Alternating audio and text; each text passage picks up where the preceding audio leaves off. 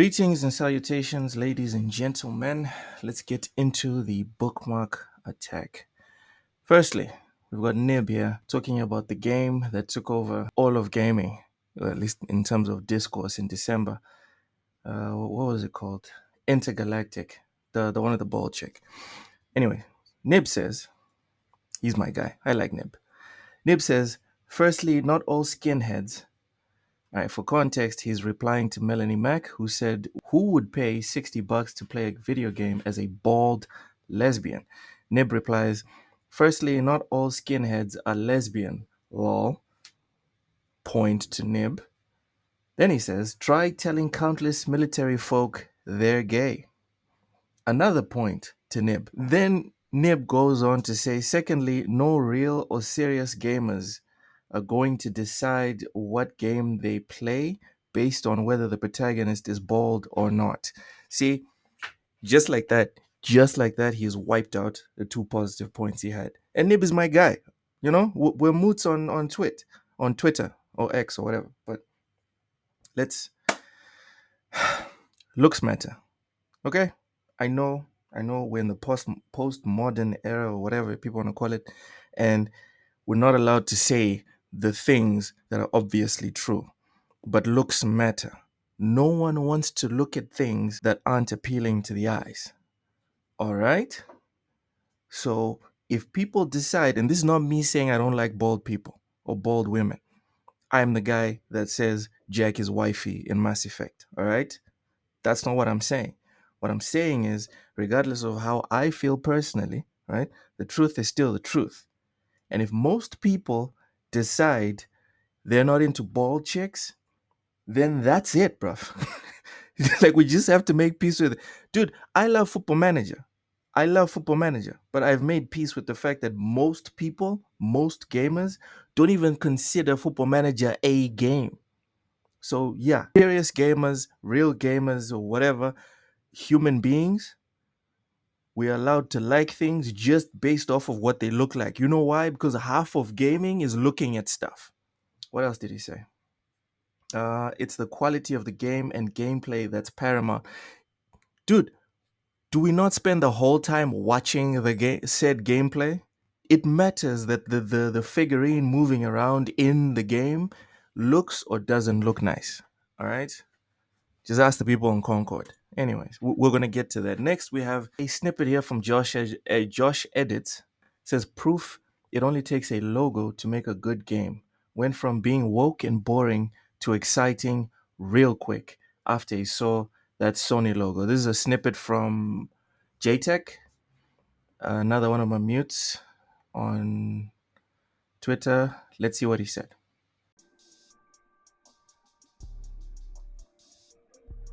Please don't be another modern audience game, because right now I'm bored as shit.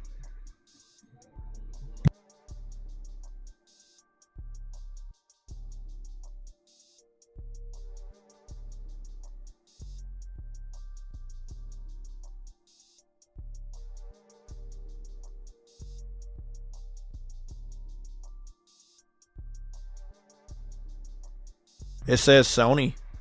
I see Sony right there for the record player. True Eddie, I see Sony on a record player. Oh, fuck. You sure it's not related to Naughty Dog?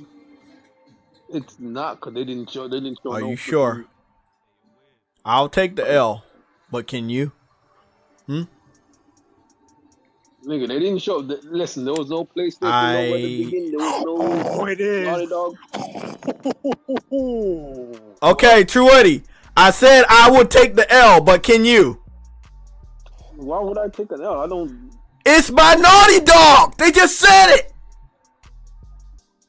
We knew that they was making this game. The space game that everybody heard about. Oh, wow. This is the new Naughty Dog game. Intergalactic.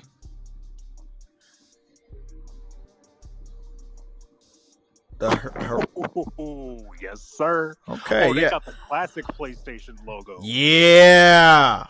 Not a big fan of the Bro. main character. A little little woke for me. Oh, now But- they show the Naughty Dog logo and the PlayStation.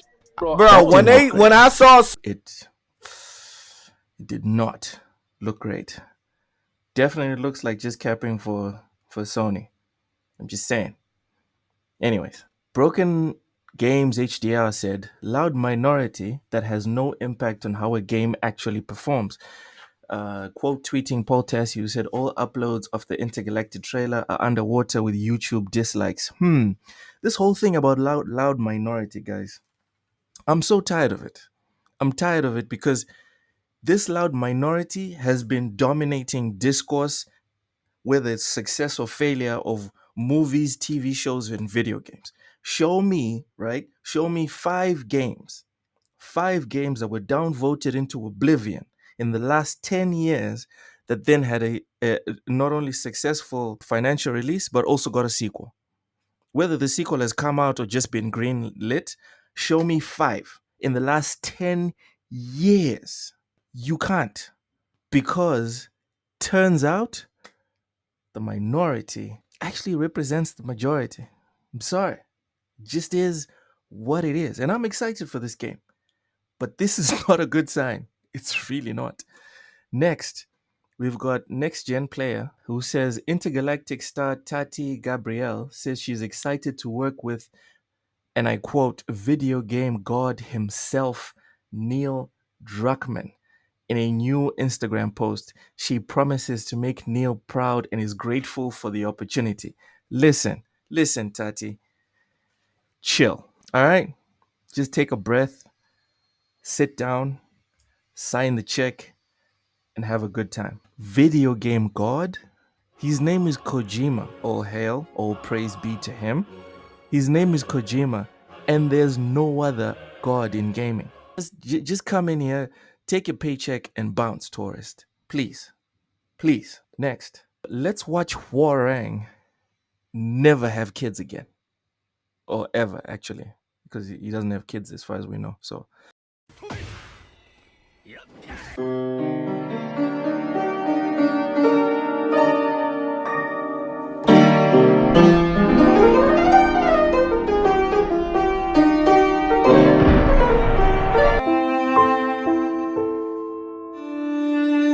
got GG Deals confirming that Form Stars, a free-to-play shooter from Square Enix, isn't doing too well. The next season will be the final one. Yeah, it's done. It's over. It's over. Yeah, the game's dead. We might be able to still play it, but in terms of what it's made for, it's a live service game, and then you're telling me there's no more live service? It's dead. It's dead, but it is what it is.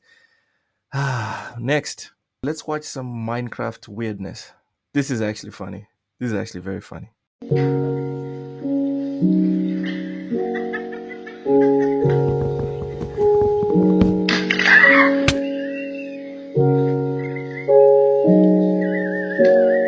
Now we move on to Marvel Rivals versus Concord. This is a David and Goliath fight. David did not win. At Rev says Desu said, which way Western gamer? I don't think this is a Western gamer question. This is just which way gamer. Actually, screw that. This is a which way human being, really. Moving on. M Rivals Hub shared a thread of Marvel Rivals versus Marvel's Avengers cosmetic comparisons. This is going to be brutal, but let's get into it. First, we've got Iron Man. And you know what? The real damage here was done by the MCU. I think the MCU is one that did most of the damage to superheroes from Marvel in terms of their fantasticalness. Is that even a word? Because the one on the right it seems more MCU appropriate, but MCU is the characters in MCU only look the way they look because people like Ronnie Coleman, like people with actual godly physiques, which do exist, male and female, they're not great actors. Actually, they're not even decent actors because, no offense, you don't have to be an Oscar winning actor to play Marvel characters. All right? You just have to be, slightly compelling. And the people that have these physiques don't even know how to do that. So that's all that happened. So the one on the left is definitely more comic accurate. The one on the right is just, well, This is the best we could do with Robert Downey Jr. All right. We're just being fair. Thor, I don't know. I think Thor looks fine. Not on the left looks a bit on the chubby side. It doesn't look like lean muscle, if you know what I mean. So I'm kind of okay with the MCU selection, if I'm being honest. So this is 1 for 1 for now. Let's go to the next one. We've got Hulk. Jeez, look at that. All right, so you can tell that the Hulk, the one on Marvel Rivals, is definitely better. All right, so the short tearings are better.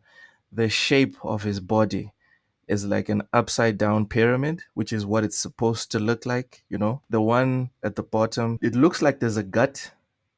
Just it looks like he just needs one or two more burgers, and his gut is out.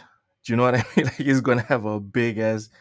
Yeah, he looks more like kind of a mix of fat and some muscle, whereas the Hulk on top looks like just 0% fat, which is what we want from heroes. I think we've lost the reason or understanding of what heroes are. Right? It's supposed to be like the peak, the best that we have, and the best that we have cannot be one or two burgers away from a beer gut. We can't do it, and he's slouching. You look at the his posture. He's not standing upright. He's kind of slouching. It's just, it looks bad. It really does. All of the Hulk variations, just terrible. So 2-1 to Marvel Rivals. Black Widow, what are we even doing? What are we even doing? Obviously, Marvel Rivals is better. I'm not even going to get into the details of like hips and shoulders and all this. All I'm saying is Marvel Rivals clearly understands the assignment. That's 3-1 Marvel Rivals. All right, Hawkeye. Yikes, 4-1 Marvel Rivals. I don't want to stay too long on this one. Clearly, right? If you look at the rest, clearly Marvel Rivals just knocks it out the park. It's not even worth discussing. All right, moving on. Look at my meet one. Okay, saying tackling the real issues in the world, female beauty. Quote tweeting a article, I think, from Socialist Gaming. Source tells you almost everything you need to know at this point. Says thoughts on Marvel Rivals. Not a fan of these character designs, to be honest, especially characters like Luna Snow, who are very male gazy and serious lack of diversity, but the game looks like it could be fun. Thoughts. How to even address this? Male gazy. Have you seen the male characters? Are we not concerned about the female gazy? What do we do? We just this is not about to become the hypocrisy video. No, I'm not doing this.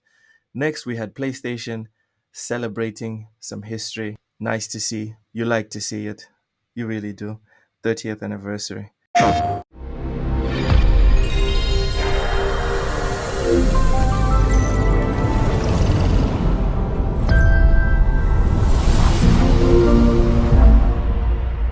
PlayStation. Next, let's take a look at Cyberpunk 2077 with new optional graphics modifications that blur the lines between video game and reality, utilizing advanced real-time path tracing and dynamic color grading.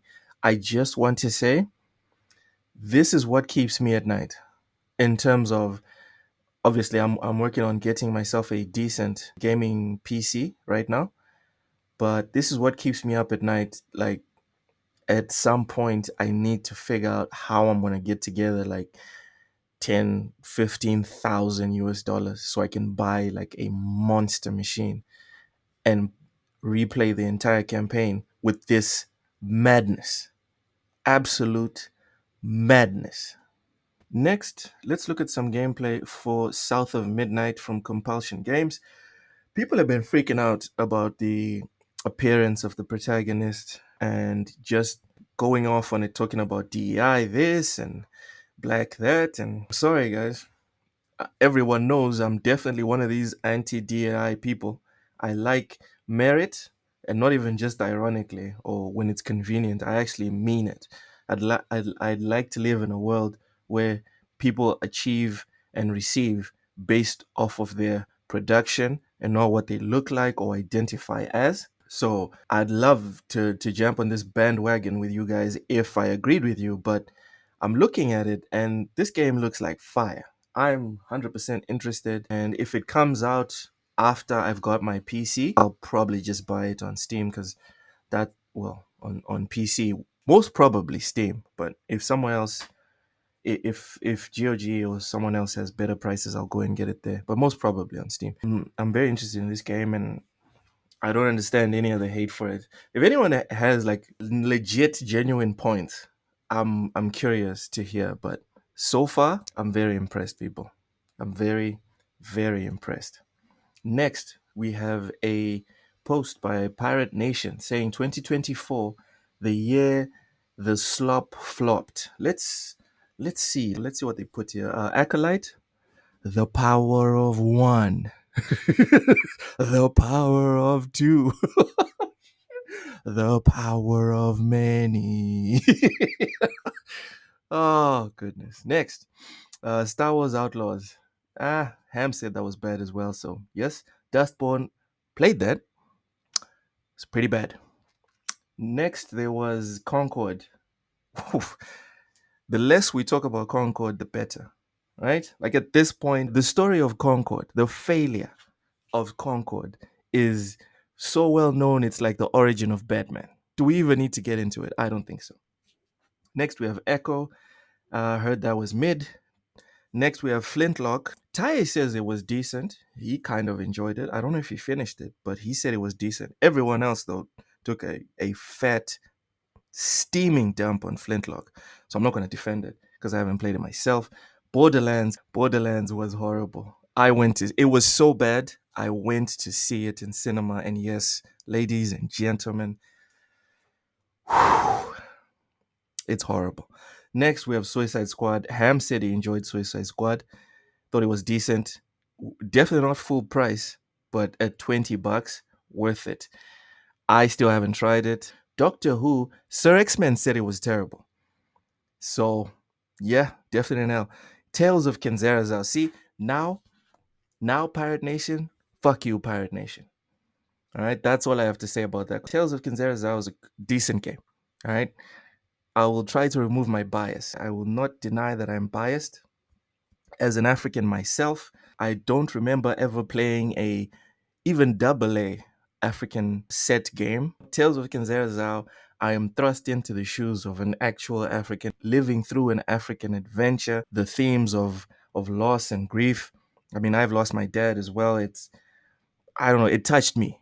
All right. People tried to say that what's his name, Abubakar Salim, was kind of dramatic at the Game Awards. Fuck that. If I had made a game about celebrating or going through the grief of losing my dad, I'd be bawling my ass out on the screen, on the stage. I don't care. Tales of Kenzera was not a flop. Okay, objectively speaking, it was a flop. They shut down the studio, etc., etc. Objectively, it was a flop. For me, I love the game. I love the game. Next, we have Dragon Age: The Veilguard, another game that I have on the Xbox, but still, still haven't found the time to play because who wants to make time to play games that everyone says suck? Every time I've had a chance, I recently finished Tales of Adolin, right? And I was like, what should I start up Dragon Age? So I went to the Xbox and then I saw that I still hadn't finished Cyberpunk, the DLC. I still hadn't finished Starfield. And they recently put WRC on Game Pass. I was like, dude, I'll see Veilguard when I see it, bro. It's fine. It's not the end of the world. Lastly, we have The Awakening, Unknown 9 Awakening. Yeah, I saw the videos on YouTube. I think you guys also saw the videos. It's pretty shit. It's pretty shit. Moving on, Stellar Blade put up a post saying, "Thank you, Nam Hyung Taek." I know I butchered that name. Principal character concept designer at Naughty Dog for this amazing illustration of Eve. This illustration is not flattering to Eve. Her face, it looks like she's taken some shots of, but that's just me. Maybe my eyes are fucked. Moving on. Josh Edits featuring for the second time on the channel, says PlayStation fanboy doxed a content creator over an opinion. And this was wild. This was wild. Because as you will see up on the screen, Sumo, my guy Sumo, literally put up Josh's phone number on Twitter with Blade captioned or whatever. At the end of the day, right? The thing I want everyone to remember is this is over video games. If we pay attention to how this all started, it's because one person said they like X game or X console. The other person said your game or your console that you like sucks because of this. And then it went all the way up to World War III over video games. This isn't even the end, because right after Sumo put up this phone number, Josh says, update, we're lawyering up, see you in court, Sumo. Guys, we're going to court over video games. Over video games.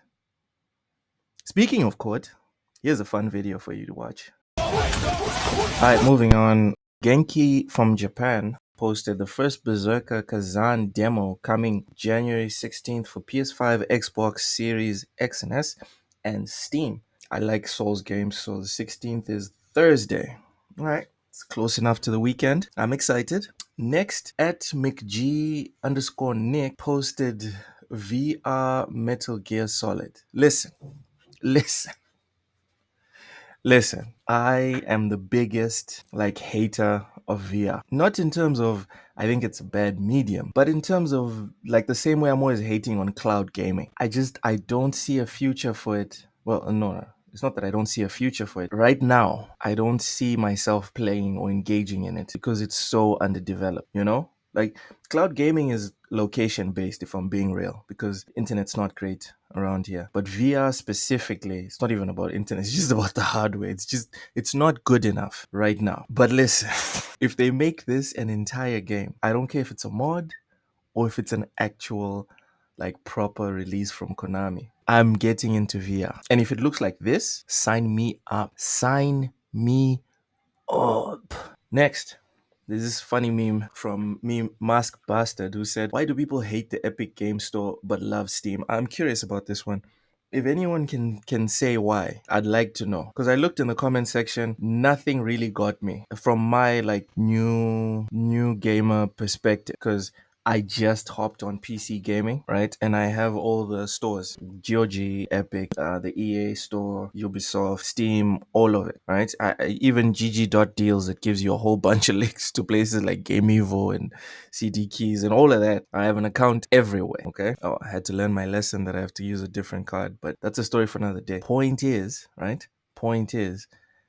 don't get it. If anyone has the patience to explain, down in the comments, would appreciate. Next, Helldivers 2 dev says, make good games, not contemporary political statements. Like I said earlier, it's weird, living in this time where you can't say the obvious thing. You can't say it. It's weird. It's so straight. It's news. That's wild, right? Someone says the obvious thing, it's news. It's front page news on Kotaku. Crazy. Next, we have at Collie Moggs saying, what game would you instantly buy if it got remastered and the gameplay was updated? Has to be Metal Gear Solid 1. Has to be, right? MGS2 as well. MGS3, which is coming out already with Delta. MGS4. You know what? MGS4 at this point, I don't even care for a remaster or gameplay. Just port it somewhere else so we can play it somewhere else besides the goddamn PS3. Is MGS4 on PC? Hold on. MGS4 PC. Oh, all right. Anyways, back to the news. Okay. Before we go back to the news, here's some Elden Ring fun. Y'all know I love Elden Ring.